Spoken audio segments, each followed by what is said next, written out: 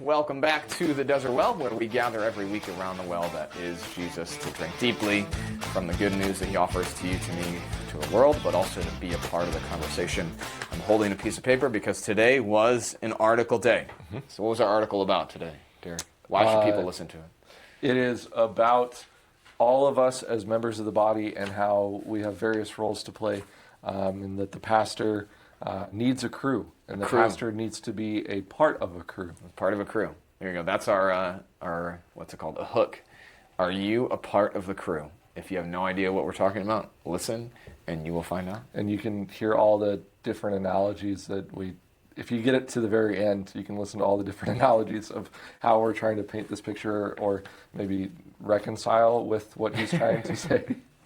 No, it's a really good article. So it's very good. Even if you don't listen to us read the whole entire article, I would really encourage you to just go and read it, because it's a very, very, not just good from the sense of like it talks about good teaching, but like it's a well-written article. Like it is a good read as well. So enjoy this week as we gather around the well that is Jesus.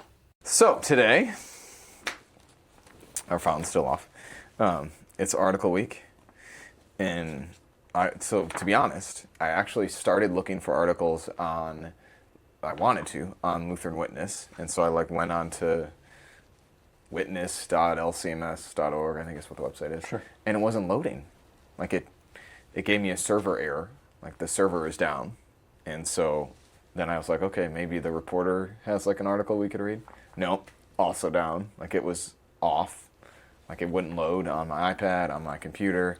I used a down detector website. Yeah, and it said it was down for everyone. So like, I'm assuming maybe in light of like election stuff that everybody was like swarming. Yeah, maybe, and like the curious Lutheran people all crashed. 5,000 people crashed the Lutheran Witness and all the LCMS websites. Sounds like they need a server update. Well, yeah. Anyway, so I didn't have that website to go to, and so then I said, all right. We did a Christianity Today article last time, and so I perused 15, 17 for some things, Sure. And I looked at 4 different ones, and the first one was the one that I decided on. So, title of our article, we'll do what we normally do, which I think is, read a page at a time, and then take turns, and stop us whenever you want. I read this one ahead of time. I already told you that, but... Well, so, funny, you have highlights on yours. I came prepared. I don't. I promise I read it. So this is what I did over lunch. There you go. Meaning over lunch while I ate my food, I sat and read this and highlighted it before our 1 o'clock meeting. And see, I texted Emily at 11 o'clock and said, is it too early to have eaten lunch already? Because we've been packing my lunch, and so I started eating, I think at like 10:30, had my chips, and then I had my cucumbers, and then I had my sandwich. I was like, oh man, it's 11. Like I already am done with all of my food and I'm still hungry. Anyway, it was a thunder and rain last night. Article title today, No One Builds Alone, Why the Future of Lutheranism Must Be Built Together. Which that's just a great, stop talk there, that's an awesome title. Let's go ahead and dive in though. The church is not renewed when one pastor tries to do the work of the whole body. The church is renewed when Christ's body begins to act like a body again. And I would say, stop here and just say, this is the summary of the entire article. Like this is a very, what's the right word? Excuse me. He leads, his lead sentence, which is like do you know there's a time when I wanted to write for a newspaper? Like for... this is news to me. I wanted to write for our college paper, like I forget what it's called. Was it called the Beacon? I think. And now that's their name. Yeah, Laypeople. Like I wanted to write for it, and I think I wrote something, and then never wrote anything ever again. But anyway, so lead sentence summarizes it all. I just became a pastor where now people are forced to listen to what I have to say. They're not forced to. Well, I guess they choose to come, right? They choose to come. Whew. So he continues. I received a phone call from my brother. We should have told them who it was written by. Do you have their names on that one? Russ, Lackey, and Mark Mattis. Okay, 17 writers. Yeah, I think together. Yeah, there's no space between the names. Yeah, they're two separate people. Their pictures are next to each other on the internet. Got it. I received a phone call from my brother, one of these guys, I'm assuming. I could tell he was exhausted. It sounded like he had been crying. Instinctively, I asked if everyone was okay. He responded, "I need your help." This was not what I was expecting, especially from my brother, who is a house contractor. I responded, "What's going on?" He proceeded to tell me that the retirement house he was building for my parents had hit a snag because my dad's body was giving out after a lifetime of work. My dad's knees had no cartilage left. His hip barely held in place. As the project wore on, so too did his body. He came to the place where he was building while walking with a cane. What an image. At that point, my brother had to carry most of the load. Unfortunately, they got to a place where they could not go forward with just the two of them. They needed another person. They needed me to fly to them and help finish the job. Can I stop you there? Sure. So when I was reading this, I was thinking, why would building the retirement house hit a snag? Mm-hmm. It was just like it was an interesting way of writing it. Let me put it that way. Sure. What would you expected him to say? My brother and dad were building a house, and like lead with that. So I'm Sure. not sitting there wondering like why. Someone why died? did it hit a snag? Because your dad's body is giving Mm-hmm. out, but how does that play into the house that your brother's building? I mean, he makes it clear later on, but I remember when I was reading this, I was like, okay, why? Dream. But I'm one of those that like, give me the information right away and then I'll read the details later. Sophie, have you ever read like mystery novel type stuff? Is this fiction? Yeah, like fiction. No. So like you would be. I don't read much fiction. Meaning zero. You should. What I just finished? Yep. I forget what it's called. Written by Lynn Alden. It's like a sci-fi. It was actually really good. Like I'm not a huge sci-fi person, but it was very good. It'll come to me later. Anyway, so you'd be the type of person though that wouldn't be able to like wait. You'd have to like go flip to the end of the book to read the last page. Not that kind of like tell me what the thing is. Just give me some information up front, so I'm not sitting here like, what are you talking about? Okay. All right, let's keep going. This is not like critical. Let me put it that way. I am, I guess, being critical. Give me the but not details. intentionally Tell me critical. why I should care right now. No. When Mark Mattis and I wrote that the future of Lutheranism belongs to builders, that was a separate article they wrote, which I haven't read it, which after reading this one, I'm probably going to go read it some other time. The article received more attention than we expected. Much of the attention was encouraging. Some of it was critical, and many of us needed to explain, and many needed us to explain the metaphor further, especially because people interpreted the metaphor as a call for a new generation of heroic Lone Ranger pastors who will rescue Lutheranism through force of personality, programming, and entrepreneurial charisma. I think that's how they wanted me to read that sentence. I was expecting a little bit more, honestly. Charisma! Sorry, am I just like being very critical No, today? it's good. It's good. We call it spicy, Derek. It is the opposite. No one can build alone. That's what my brother instinctively knew when he called me on the phone. Unfortunately, that is what many churches have forgotten. To be a pastor is to have a real and necessary calling to preach the gospel, administer the sacraments, forgive sins, and care for the flock. That calling is not optional nor replaceable. A church without the word and sacraments is not a church. That's actually language from our confessions, right? The Lutheran Book of Concord. We talked about this in the pastor sort of stuff, that the church is where the word is proclaimed and the sacraments are rightly administered. To do this, the Lord has established the office of the church, the office of ministry, and so no one should preach or administer the sacraments unless they have been rightly called, is what our confessions say. Right, and so I wrote a little note here. I said, true, but harsh if a church has no pastor. Mm-hmm. Right? And also knowing the pastor vacancies and things like that, that's where my mind went to this, is like, how can we help those churches? Right. Mm-hmm. That's another conversation for another time. Correct. But this is also why I was like, my Right. mind went. Well, and that's like this also comes back to, though, like very early LCMS history, right? So there's some fun spicy, There's a lot of good spicy stuff. drama in. If you go and look up Walther and what was his name? Oh, come on. It'll come to me again later. The guy who was there, they were in Missouri, and he did a lot of very bad things. And the church then had to wrestle with, like, are we still the church if we don't have a pastor? And Walther comes and says, of course you are, like, all those sort of things. So maybe said a little stronger. But it's a great thing, I think, sometimes, as much as I am maybe perhaps the one who will push hard against what I might call a high view of the ministry, it is also a distinct thing too, right? So it's both and, right? Which is kind of what he's going to get to. And I did think about you a lot in particular about this, because it's one that talks about the pastor, and the pastor's not doing it alone.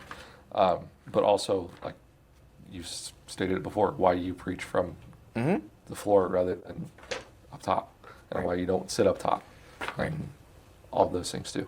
Right, and so it's like yes, it's why. So it's like why when I was sick a couple Sundays ago, right, there was no communion, right? The person who was called here to administer the sacraments was not there, and so we didn't have communion, right?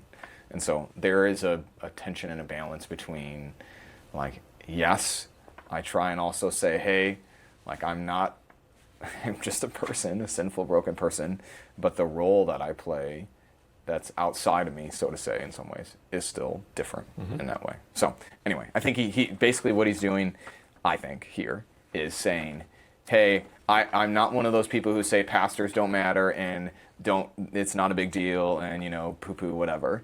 He's saying, oh, no, pastors are still important, but. Yeah, he's setting the table for foundational things. No pun intended, right? When we talk about sacraments, but he's I know. But someone's laughing somewhere in the distance. I can hear them making fun of me because it's a terrible pun. But he's just setting it up for, like, what he's about to talk to. So go ahead. Let's keep going. Oh, mine doesn't have page numbers. I swear. Well, and your pages are different than mine. Oh no. Well, I gave you the Yeah, well, I know. But you have your highlights on that one. Okay, so the paragraph somewhere along the way. You can use your highlighted ones. I'll tell you where we are. That's good. And then you need to stop after the word laypeople in the Romans 12 and 1 Corinthians 12. That's your last paragraph. This is what I get for coming prepared. Kidding. I'm penalizing you for being ready. Okay. Somewhere along the way, we've convinced ourselves that the pastors are the only ones who build. That is fatal because the church is not a one-person construction job. It is not a private workshop where the pastor disappears into the garage and emerges with a finished congregation. It is more like a job site. There's a foundation, materials, a plan, purpose, and a crew. There are people with different gifts, different tools, different strengths, different experiences, and different responsibilities. The work requires coordination, collaboration, and a common vision. In other words, the church needs a community of people who are dedicated to the life and formation of the congregation. I had that last sentence highlighted there. Why? Just because I thought it was a good way of saying that. I think it's probably more common sense, but the need of a community of people who are dedicated, I think, is a nice way of putting it. And not even just like the language of dedicated to something. So he uses the words life and formation of the church. And that, I think the phrase that maybe we used to be, or we would say people know more, is like, the church needs people who aren't just consumers, right? Yeah. And that's what he's saying. But this is a much more positive framing of like, okay, sure, we get that, but like, what does it mean to not be a consumer? Well, it means, he thinks, one definition could be dedicated to the life and formation of the congregation itself. Yeah. All right. This is the part we need to explain further. To say that Lutheranism needs builders is not to turn pastors into CEOs or to baptize corporate strategy and call it mission. The gospel does not depend on our capacity to innovate. Christ builds his church, from Matthew chapter 16, verse 18. The word does what the word promises to do. When I was reading these first two pages, that was part of like one of my thoughts, though, too, is Again, he framed it far more eloquently than I did.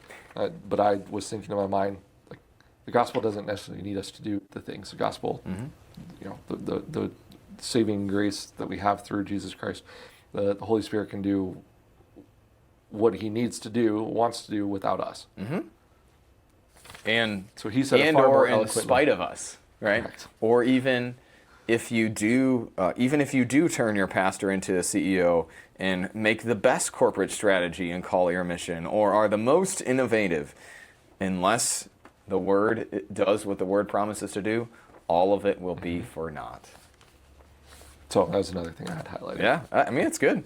There's a lot of I good feel stuff like in you here. could have went like this on this. Like, highlight the whole thing. But because Christ gave his church real gifts, he also calls people into participation. The body of Christ is not a metaphor for spectatorship. Eyes see, hands serve, mouths confess. The whole body is involved. St. Paul understood this when he wrote, "For the body does not consist of one member but many. The eye cannot say to the hand, 'I have no need of you,' nor again the head to the feet, 'I have no need of you,'" from 1 Corinthians chapter 12. The body is not strengthened when one member tries to become the whole body. The body is strengthened when each member receives its place from Christ and works for the good of the whole. That is why the builder metaphor must not be heard as a call for heroic pastors to save the church. That would miss the point entirely. A pastor is not the whole body. The body has many members. So before we go to here, I think this is a very, what's the right word?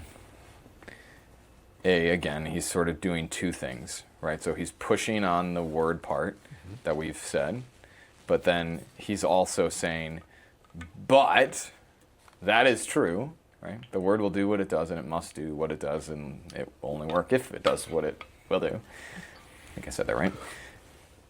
But he also uses real people.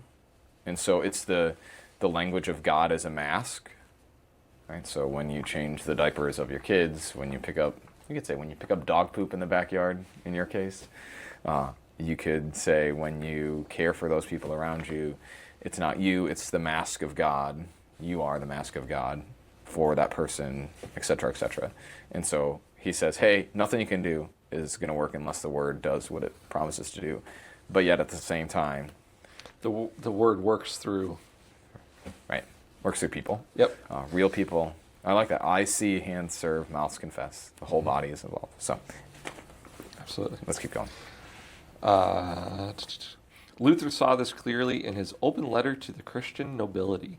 Here he appeals to Romans 12 and 1 Corinthians 12 to say that Christians are all one body of Christ, the head, all members one of another. Then he makes the crucial distinction. There is no higher spiritual class of Christians, only different offices and different work. Lay people and pastors are not different kinds of Christians. They are members of one body under one head. Is he missing a quote? Oh, no, he's just summarizing here. That's great, by the way. There's no end quote there. Well, I don't think there is one. I'm mistaken that he was direct quoting. So that's where your page ends. But I love this, right? The language of there is no higher spiritual class of Christians, only different offices and different work. Lay people and pastors are not different kinds of Christians. Yeah, and that goes along with the conversations that we've had, right? About maybe that's why I like it. Yeah, putting the disciples up on a pedestal, right? They're ordinary people.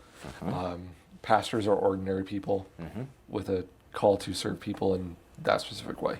Right. And maybe, I don't know, I feel like this is one of those things where I feel like I beat this drum or this horse, if you want to call it that, to death. But I think, and maybe what I like about this article the most is that it takes that thing that I like to sort of talk about, and it pushes it to where I want people to see why. So like it gets behind I want you to hear this, and it's not just like I'm trying to knock myself down, I'm trying to remind you that I'm sinful, so then when I make you angry or I do sin against you, which will happen, that then you're not surprised, but that it's more of a, hey, I want you to make sure you know that you're actually empowered to do the work of ministry, that God actually uses you absolutely. in ministry. So that's, I think, why I like this so much. And I like how he specifically said it here, lay people. So do you like that term? Because I feel like some people really chide against it. Well, but I'm saying... you're a lay person. Oh, you lay people over there. I mean, I guess you could look at it that way. Well, that's serious. Like some people, it's like a demeaning thing to some people, like to be called a lay person. I suppose. I mean, I don't know what the better term is. Like it's just and like that's the whole. So this is the whole tension, right? Because you could say that to say lay people. I mean, what? I'm a lay person, so I'm laying down. Yeah, like really it's not a very active word. No, and I've often questioned that terminology to begin with, but we know what it means. Now that that's going to be a great clip to replay over and over. That's going to be a short, and the thumbnail's going to be Pastor becomes a lay person. Sorry, please. Can you say what you're going to say now that I've ruined it completely? Well, I was going to say I like that terminology here, that he specifies. Lay people specifically are no different. That we still have a calling to do the work of ministry too. It's just in a different capacity, different role. It's a different role. I mean, he says there's no higher spirit, different offices. That's probably a good word. Different offices and different work. And that's you could also tie it to the estates. So Luther's 4 estates? The house, church, the state. Those are Luther's 3 estates, sort of the medieval thing, right? And so every person operates within those 3 estates. And so we all have different roles, different offices within those. And so hey, as a pastor, and then we might add a work society kind of thing. And that's kind of what the state was in his time. But my office in society is pastor, right? So this is a kind of a fun... I was at the hospital yesterday and got in the elevator and a nurse walked in and I hit my button. I said, what floor are you going to? And he said 5. I'm like, oh, cool, me too. And he goes, oh, that's not a very good thing because 5 is the ICU floor. Oh, sure. And I was like, oh, it's actually pretty good when I get to go and bring Jesus to people in the midst of their thing. And he's kind of oh, that's okay. I see that. But in that moment, we're both going to the same place in different offices and different roles, but yet equally important, right? Because if it's, you don't want me caring for your medical stuff, I'll tell you that much, right? You don't want me trying to get an IV in your dehydrated vein. It would hurt. I'd probably kill you. I don't know.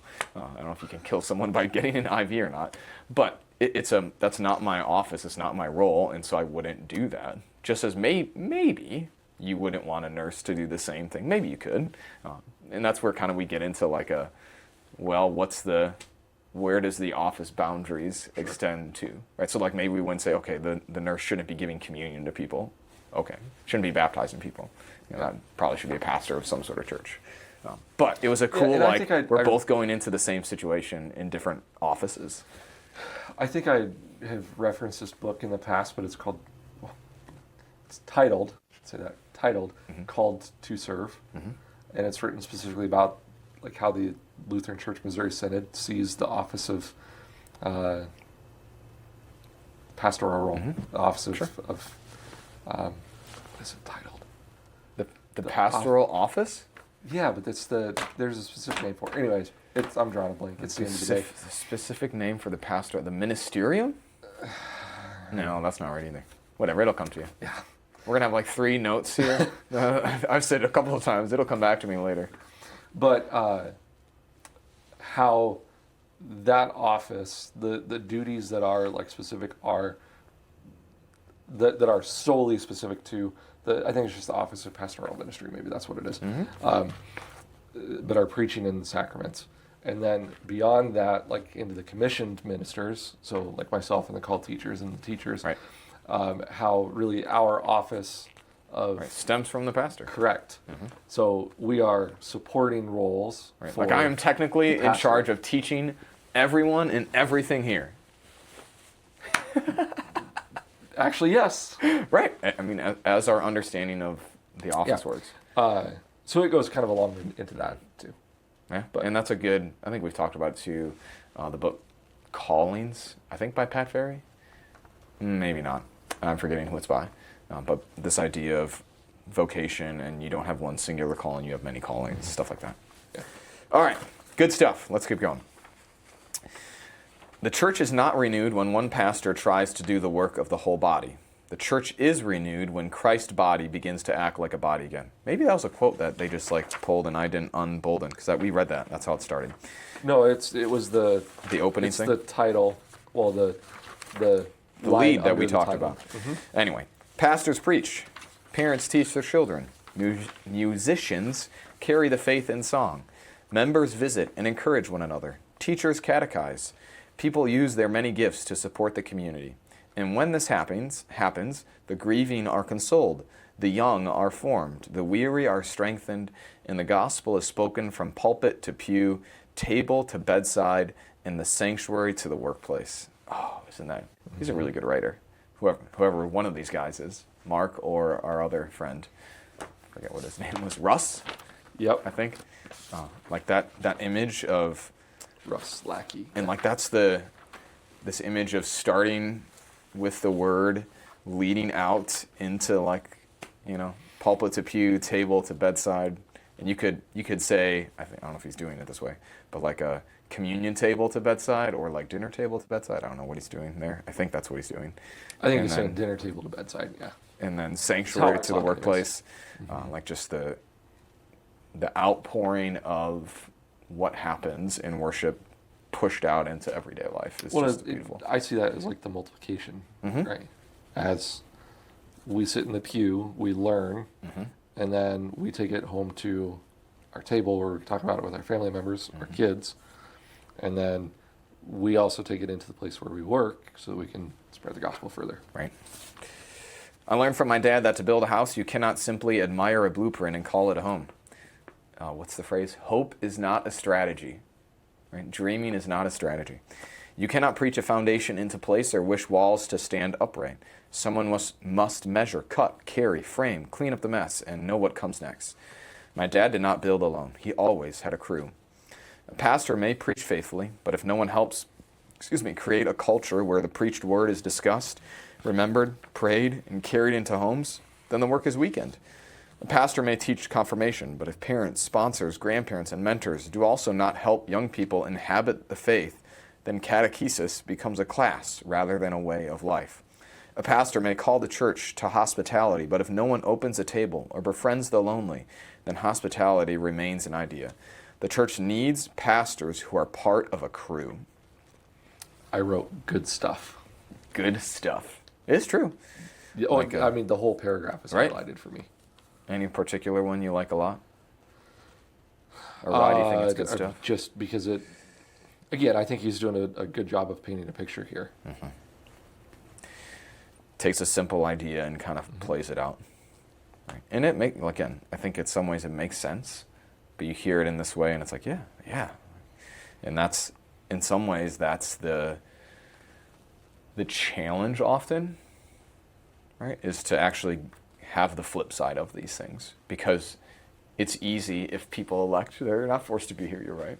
If they elect to be here, assuming they don't get up and leave, we can kind of do what we want to them, within the reasons and bounds of the social contract that we have here, right? But then once they leave, I can't really force them to do things, right? So we can invite them to grow, we can invite them to be challenged, we can invite them to do these things, but it's a very different thing than they're in the building. I can say, on Sunday, last 2 Sundays now that you'll hear this, when I ask people to turn and talk to each other and answer questions in the sermon, you cannot, but you're going to feel awkward because you're not. But if I ask you, I think I challenged people 2 weeks ago to pray and think about what the name of Jesus means to them, and then just say the name of Jesus 5 times. That's it. And I don't know how many people did that, but I can't force them to, that Right. sort of thing. And so the challenge isn't the first parts, right? It's easy to preach. It's easy to teach students in a room, maybe. We could talk about that. It's easy to tell people, be hospitable, welcome the people that are around you, talk to them. But the follow-up of that is the challenge, right? Getting things done. Yeah, and I don't even necessarily see it as that. I mean, again, you're seeing it from a different role, right? I see this more as like, even if a pastor is doing all the things that he's called to do, Right. that if the people aren't willing or open to, I don't even know if like walking alongside him is the right word, but to go and do, Part of a crew. You're not willing to be a part of the crew. It's the we thing. then like the gospel would stop at the door. Sure. Well, metaphorically, right? Sure. But I love this last line. The church needs pastors who are part of the crew, right? That, and I think that might have been intentional framing too. It doesn't say the pastor needs a crew. It says the pastor is part of a crew. Sure, I like that. I see what you did there. Or I didn't do it. He did. Well, he did there. Well, but you're drawing attention to it in a way that I didn't think about. That it's not the pastor forming the crew necessarily. It's the pastor being a part of the congregation who is the crew, but they as the crew are going out and doing the work together. That's good. That means a builder metaphor is not mainly about personality, but stewardship, community, and even strategy. This is where Lutherans get nervous, because strategy can become a substitute for theology. Metrics can become idols. The church can begin to measure itself by social media likes instead of by changed lives. When that happens, strategy is not helping the church, it is deforming it. And that's a helpful thing, right? So like in our strategic planning thing, Leah does a really good job of calling us back to like why we're doing this stuff, right? And it's for, Jamie is the name we've been using, right? For Jamie and her family to believe in Jesus, to grow and deepen their faith with him and other people. And it's like it's a calling back to like why we're here. It's ultimately carrying out the command of Jesus to go and make disciples of all nations. So a helpful thing, even for us. There is, of course, a biblical warning hidden inside the building metaphor. The builders can reject the stone. The stone that the builders rejected has become the cornerstone, as Psalm 118 says. That means we are not free to build whatever seems useful, impressive, or successful to us. The church is not built by rejecting Christ in the name of preserving the institution, nor is it built by making Christ merely a stone in a structure of our own design. Christ is the cornerstone, the foundation, and the Lord of the church. So the question is not whether Christians build. The question is whether we are being built upon Christ, or whether we are trying to build without him. This reminds me of our conversation for the flourishing, faithful and flourishing stuff. So we're reading this book, what I'd call them lead staff people. So myself, our assistant principal, our preschool lead, and you and me. And he talks about how a Christian school is not a public school with Jesus sprinkled on top, which I think is like by making Christ merely a stone in the structure or design, right? So we're not, we do a little bit of Jesus stuff, or we don't need him because we're going to do this thing. We need to make sure that we're around forever. No, it's all about Jesus. Yeah, I had that underlined too. The question is whether we were being built upon Christ or whether we were trying to build it without him. There's a lot of good stuff in here, and at first when I was reading this, when it was talking about rejecting the cornerstone, I was like, okay, well that's a reference to Jesus being rejected, right? Of course. So I looked at it a little bit differently than maybe he was trying to frame it, especially when he was saying, we have the ability to reject the stone, the materials, whatever. My mind, I knew where he was going with it, of course, but I was thinking about it a little bit differently. In reference to this, right? The reference to Psalm 118. No, I know. I'm just giving you a hard time. I'm trying to edge the spicy Derek on here, poke the bear. Spicy Derek is gone. Oh, okay. Derek has resumed to his bland, normal state. My plan normal state. Sure. Which that then? Great. That sounds even worse. Let's just keep reading before I say put my foot in my mouth. You're not a bland person, Derek. We all know that. I am who I am. What can I say? I always used to say, when I was in high school, I said, normal is boring, be different, which I don't even know. What is that So I word? quote, Salad. Yeah, I quote this Disney movie all the time, where they say being normal is vastly overrated. There you go. And Being I bland is say that vastly to overrated. Becca all the time. I was like, I'm sorry, you married me. I'm very weird, intentionally so. There you go. Anyways, all right. The abusive strategy does not eliminate the need for it. Let me read that again. The abusive strategy does not eliminate the need for it, though. All builders have plans. They know what they are building and the materials they need. They also know that the foundation is most important because the walls are set by it. Jesus said, "For which of you, desiring to build a tower, does not first sit down and count the cost, whether he has enough to complete it?" From Luke chapter 14.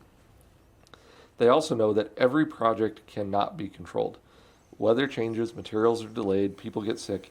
Sometimes unexpected things happen, so builders adjust, but they do not stop building. I put emphasis on that because I underlined that. Which one?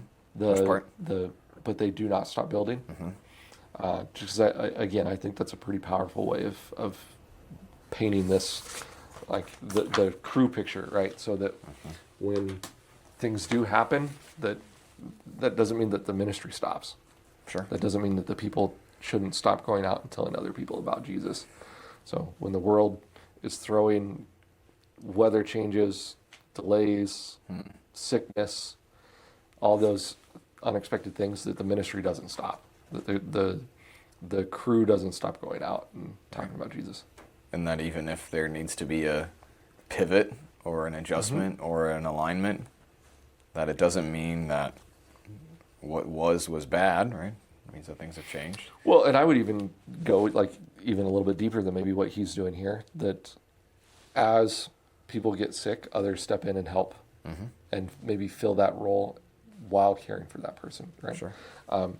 So if, I don't know, your framer is down, well, you can't continue without the frame of the house, so what do? You find another framer. Or you figure it it out. yourself? You figure it out as a crew, Sure. right? Although I don't think you want me framing a house. Although you could figure it out. we did what do they call them? We called them house builds in Pennsylvania through, I think it was through Habitat for Humanity. And we'd frame a house in a weekend, put it on a semi-truck, and they'd ship it off somewhere. It was really fun. Oh, yeah. Absolutely. Congregations need this kind of theological strategy. They don't need gimmicks or frantic relevance, but a clear understanding of what God is building through us.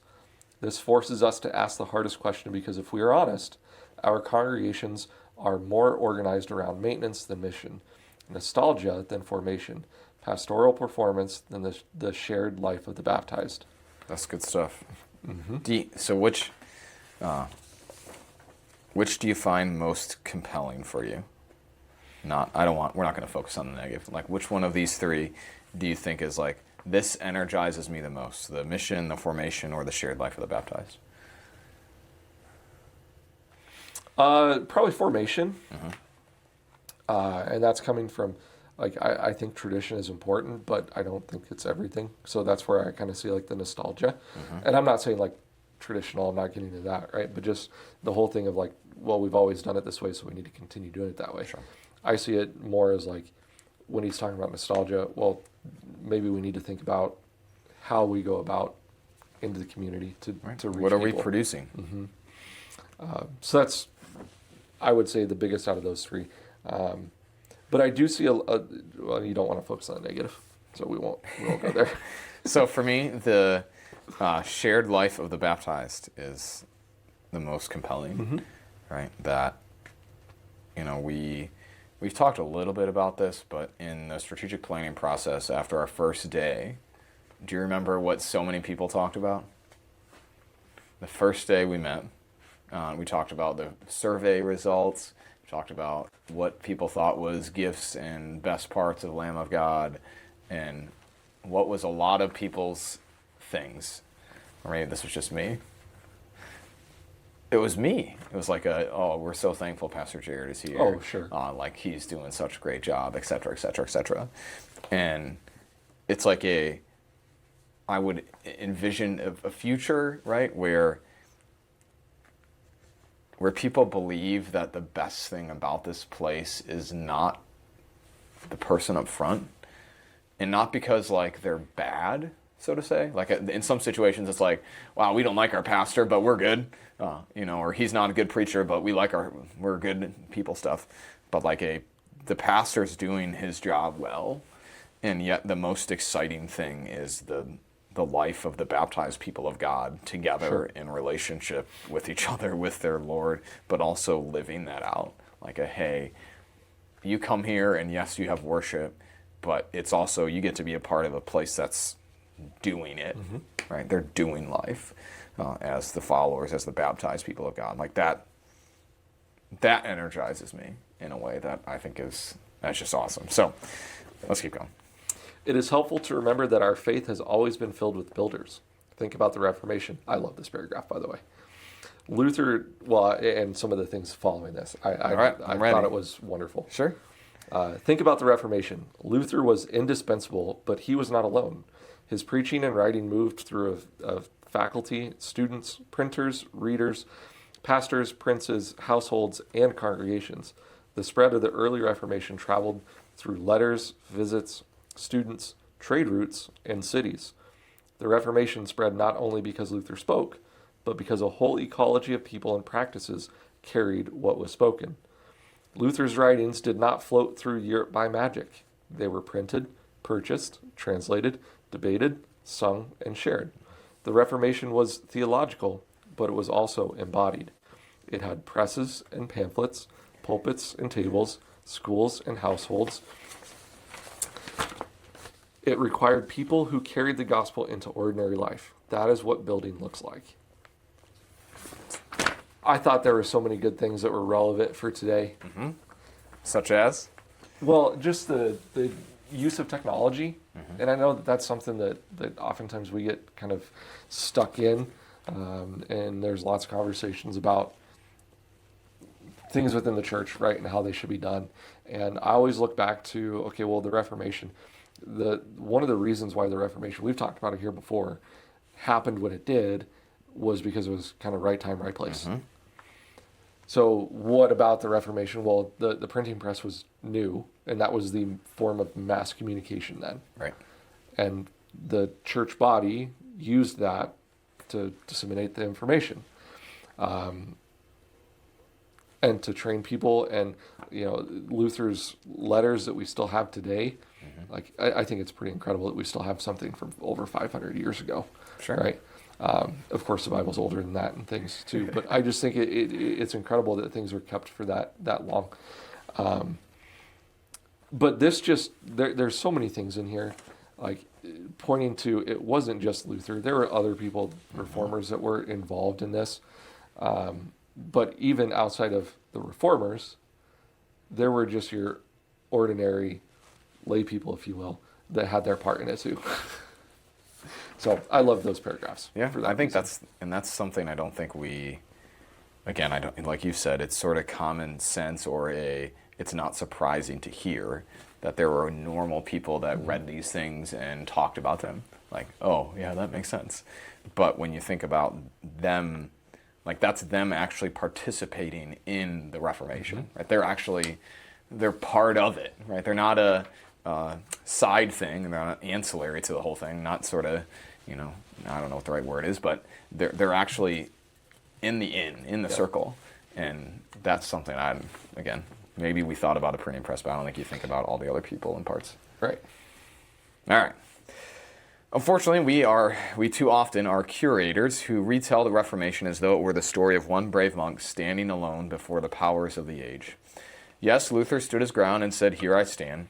Yes, that moment required courage, clarity, and an uncompromising faith. But Luther was not the only one standing. Beside him were co-workers, printers, pastors, princes, scholars, musicians, translators, teachers, mothers, fathers, and congregations. In other words, Luther had a crew. Luther and his boys. His homies. And see, here's where I think if you would have said Luther was part of a crew, maybe it would have been more impactful. Was part of a crew? He had a crew? Well, does this make him sound like he's too far out front to you? And I'm just referencing what we had talked about earlier, where it said the church needs pastors who are part of a crew. Luther was part of the crew. Because even like the confessions, like Luther didn't write everything in our confessions, right? Like Philip Melanchthon wrote a lot of them, and so like even to say, and one could probably he argue wasn't that, even the front person in some ways. Like he was somewhat of a, call it a figurehead. Right, that Melanchthon was actually probably more of the scholar, right, on that side of it, and was the maybe more eloquent in writing, less abrasive, perhaps. But I think Luther's personality, he was right. the one that needed to be up front and kind of the figurehead, if you will. Right, and that's a very interesting, again, I've not done a lot of like reading on that dynamic. I'm sure there's probably a whole entire book you can read somewhere about like, probably called The Reformers. I think there's a book about that, about Melanchthon, Luther, and then I think they might even include somebody else on that list. Anyway, he had a crew, and he wasn't even necessarily the main thing. Say it that way. He was just another body part is what he's going to talk about. So this is where Paul's image of the body gives a deeper theological account of what building looks like. The church is not an audience gathered around a religious performer. That's a fun sentence. Nor is it a loose association of spiritual consumers. It is the body of Christ. The members do not have the same function, but they belong to one another. Just as the eye needs the ear, the pastor needs a congregation. The pastor cannot be the whole church. Pastors need a crew, or pastors are part of a crew. Even contemporary studies of learning help us see what Paul already knew. People are formed by participation in communities of practice. They learn not only by receiving information, but by joining a people with shared language, habits, stories, rituals, hopes, and loves. That is true in families, trades, and in congregations, and in sports. Right? So like I think about going to the Knights game with you. Like that was a learning experience of the things that I am supposed to say and do and act. Oh, have you seen some of the World Cup stuff though? No. Like, so same thing basically, well, just extreme. Yeah, like on another level. So one of the there's two countries that are like really good at this, at least from what I've seen on social media. I don't follow football very closely, but was it Finland or Norway? If anybody from there sees this and I get it wrong, they're gonna. That's all right. All press is good press. But they beat a drum and then they all row at the same time. Oh, sure. It is incredible to watch. Sure. And then like the Scottish, they call them like the Scottish Army or something, and they all travel together, and then they like walk to the game and they have the bagpipes playing and right. So super habits, intriguing. Rituals, hopes, shared language, right? And that's like what like I was trying to teach the kids to say, Jack, I go, like stuff like that. And they can say like go Knights go, like, but that's I am ritualizing them to do the Golden Knights things. Anyway, a child does not learn the faith merely because the pastor once explained it correctly. I love that line, by the way. It's so true. Yes, let me explain it to you the one time and you'll never ask another question again. A young adult does not inherit the Lutheran faith merely because the catechism was assigned. A congregation is not renewed merely because a mission statement was drafted. Ooh. Still true, though. People are formed as they are drawn into a living body that prays, sings, confesses, forgives, teaches, suffers, serves, and hopes together. Should we keep going? Yeah, I had that highlighted. The congregation is not renewed merely because a mission statement was drafted. Because obviously we're doing strategic planning. We're talking about what our mission is. So I think it's relevant for us today. Absolutely. The future of Lutheranism belongs to builders because the truth of the gospel is always carried by people. The word creates faith, and by that word Christ gathers a body. That body has many members, and those members are given to one another for the sake of the whole. Church is not... So we read a book What It Means to Be a Church Member by I think it's Tom Rainer, I think. And one of the chapters was about how church is not for you. And it was focusing on how church is for the other. And so we could get some like interesting like theological things about like the theology of, well, really kind of is for you. But he was pushing really hard on all of the preferences, right?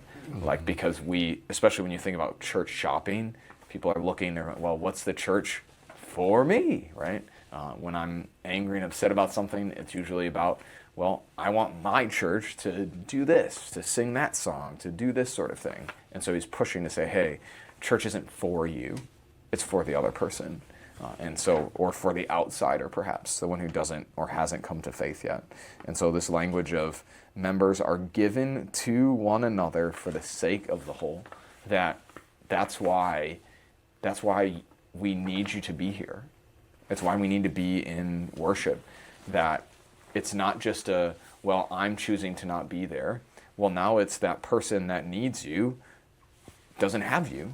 And just as much... I was hoping to see you, talk to you. Right. Like, you also need that person, even if you don't necessarily see it that way. And so it's this change, and like, why I come to worship isn't even just to receive from God or to like sing or whatever. It's like I recognize I'm given to someone else in relationship, and when I don't come, what I'm doing is I'm like, I'm either axing that relationship off, or I'm, if at the hospital, you're crimping the IV line, right? And you're straining it. And I think that's a positive way of looking at it. Right.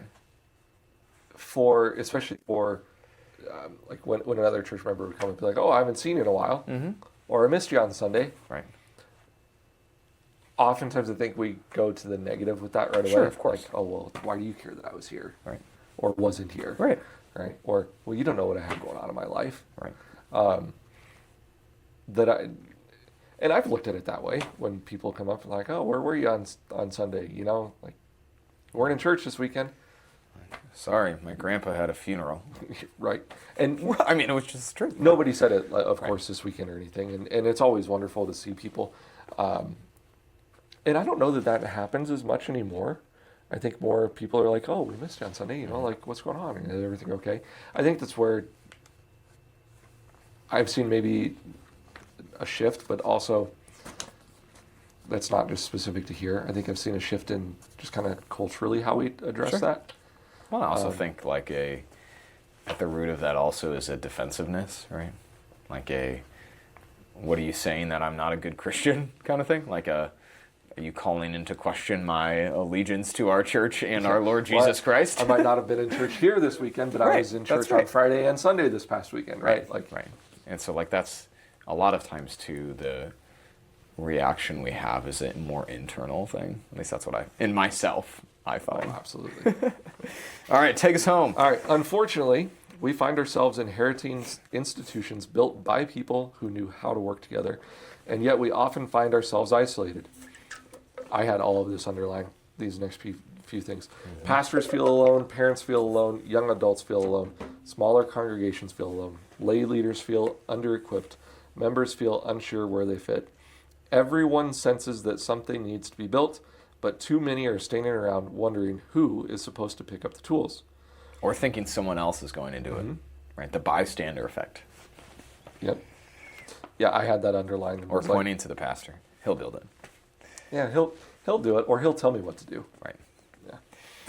Part of our task now is to say clearly, you are needed.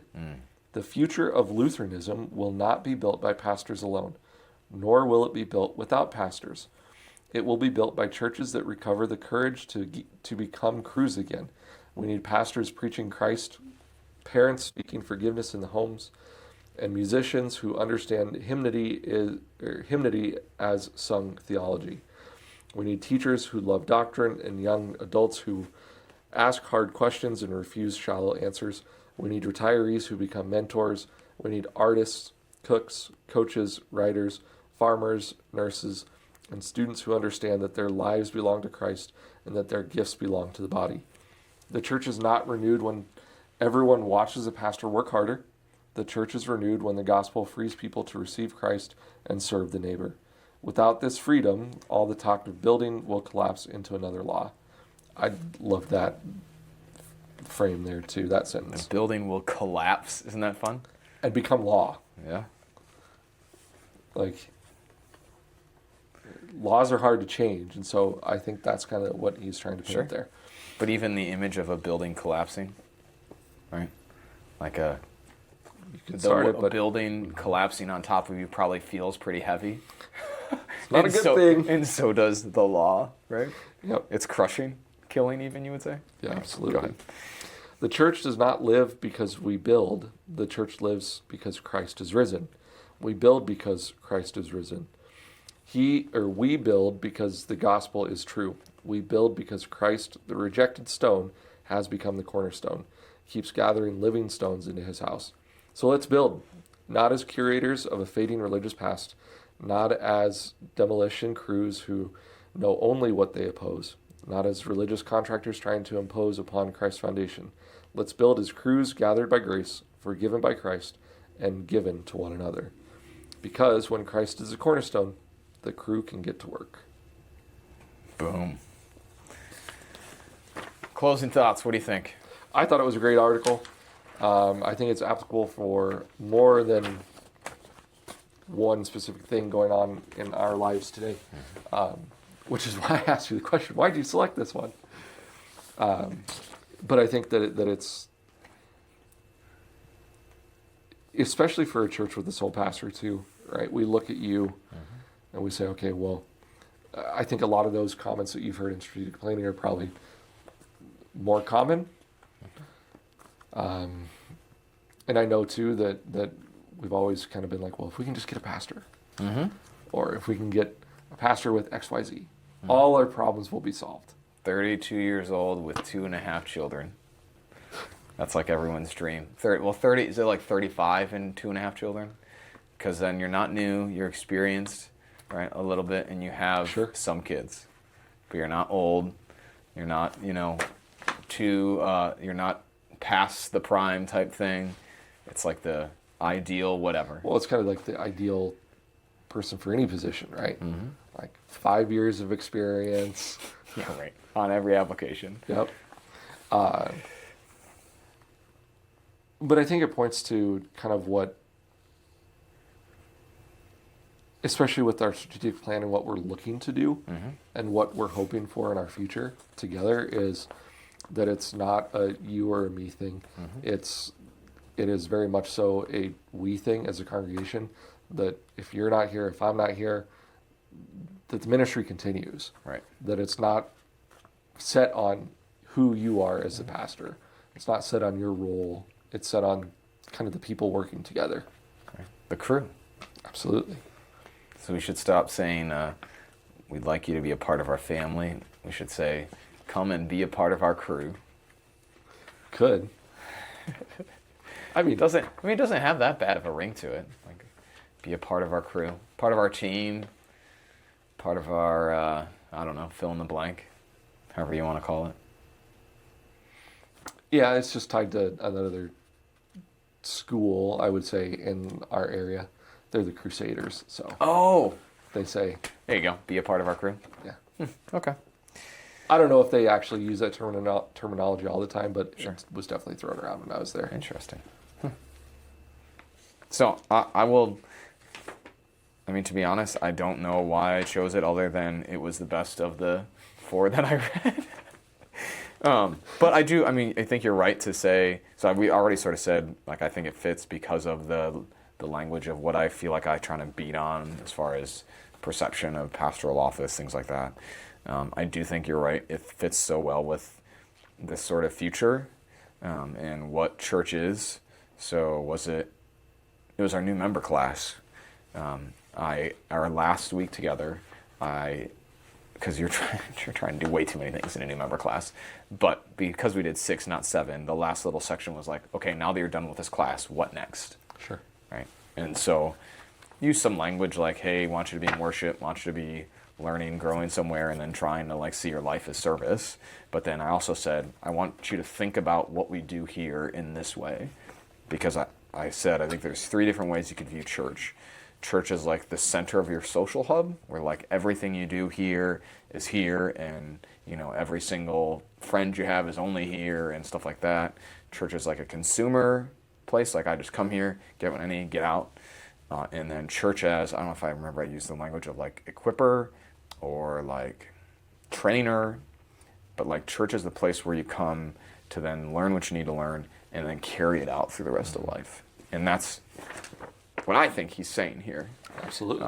And so I think I felt that when I read this, and it was a very, again, empowering, I would think, for a person, and hopefully not in the law sense, because I think that also is like can be a, hey, okay, pastor, I hear you saying that I'm the one to do this. What? Yeah, what like do you mean? yeah, like how do I do it? I don't know what I'm doing. I don't know what I'm even doing. You know, and so there's probably some like follow up to this, like how do we actually live that out? And maybe that's where, you know, our stuff is helpful from the planning process that we'll talk about in the future. But again, I just found it very hopeful, right? That it focused on the we aspect that we like to talk about here.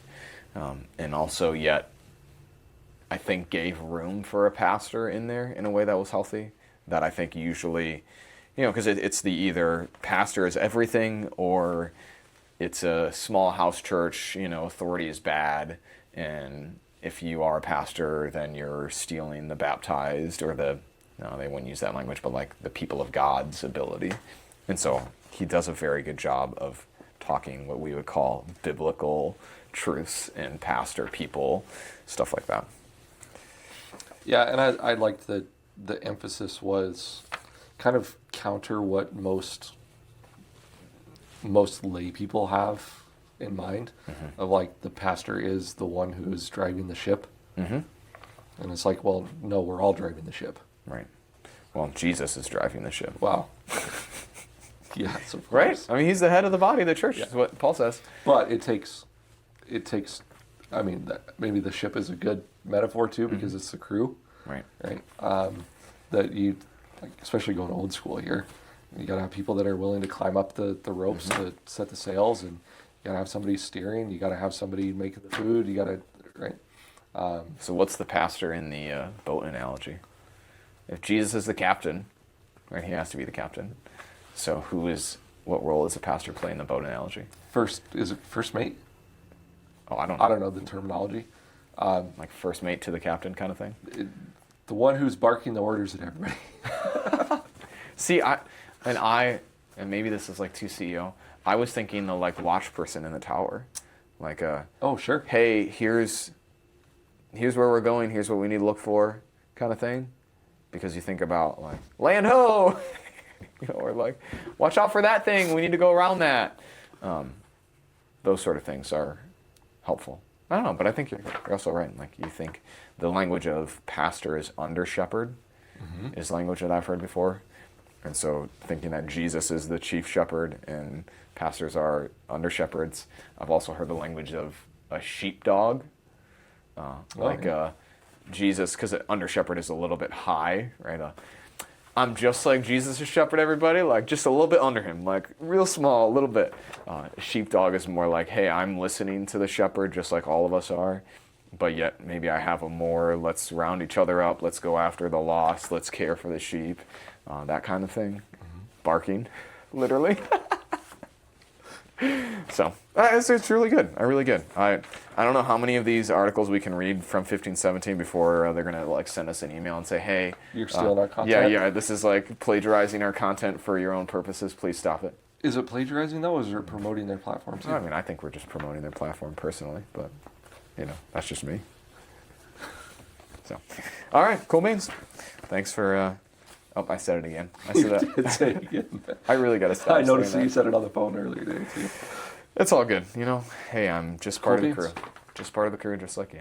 Yep, absolutely.